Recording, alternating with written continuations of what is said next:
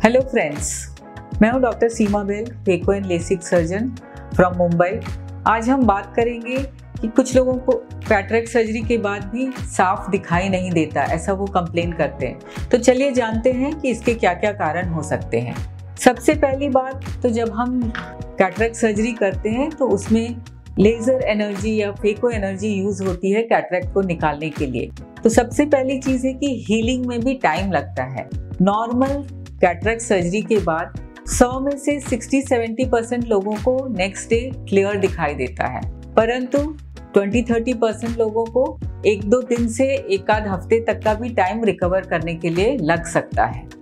तो इसके लिए आपको घबराना नहीं है, जस्ट वेट करना है। कभी कभी कॉर्निया में एडिमा होता है जिसकी वजह से रिकवरी नहीं हो रहा है, तो डॉक्टर आपको कोई ड्रॉप्स प्रिस्क्राइब करते हैं जिससे फास्ट हीलिंग होती है और इससे रिकवरी विद इन 1 वीक हो जाती है।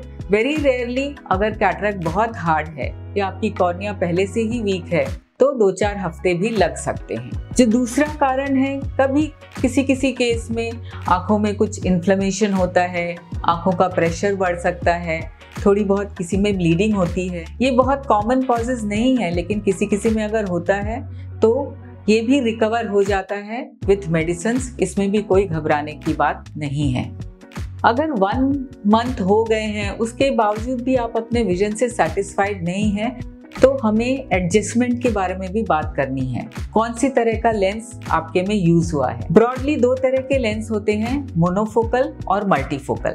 जनरली मोनोफोकल में नेक्स्ट डे से ही पेशेंट बहुत कंफर्टेबल रहते हैं, बट मल्टीफोकल लेंसेज वो होते हैं जो कैटरेक्ट को भी रिमूव करते हैं और चश्मे के नंबर से भी निजात दिलाते हैं।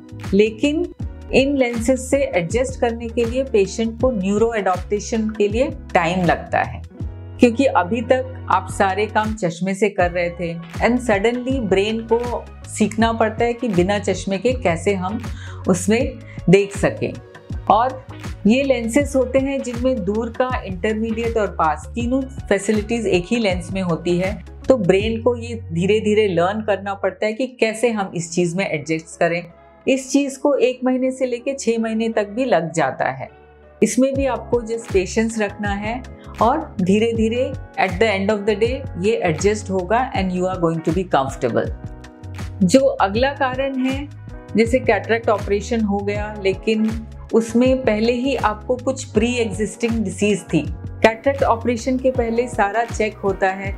कभी कभी डॉक्टर आपको बताते हैं, देखिए आपको डायबिटीज़ के वजह से पर्दे में कुछ प्रॉब्लम है, या एज रिलेटेड मैकुलर डिजेनरेशन है, या पहले से ही कॉर्निया में ओपेसिटी है, तो नज़र आपकी इम्प्रूव होगी, लेकिन एक सीमा तक ही, एकदम नॉर्मल नहीं होने वाली है। इसको हम बोलते हैं surgery under guarded visual prognosis.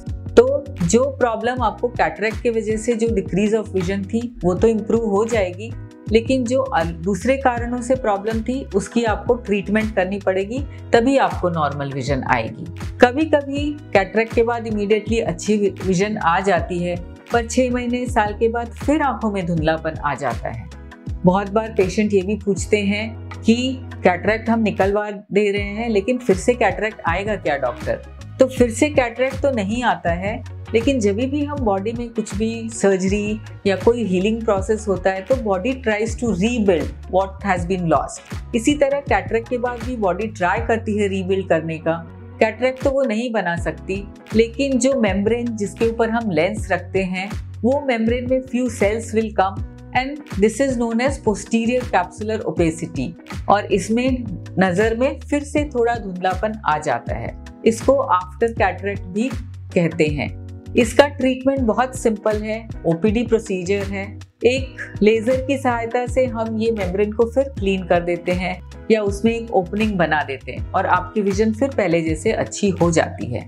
इसमें कोई रिस्क वगैरह खास नहीं रहता है और इमीडिएटली नेक्स्ट डे से भी आप बेटर फील करते हैं।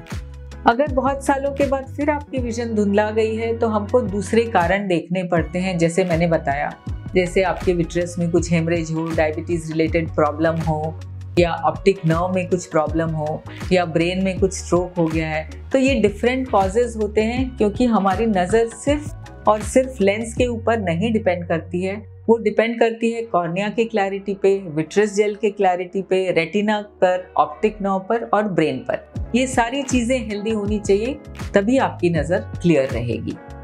तो आप घबराइए नहीं, डॉक्टर को दिखाइए जो भी प्रॉब्लम है। जैसी प्रॉब्लम होगी डॉक्टर आपको एडवाइस करेंगे और ट्रीट करेंगे। Thank you very much.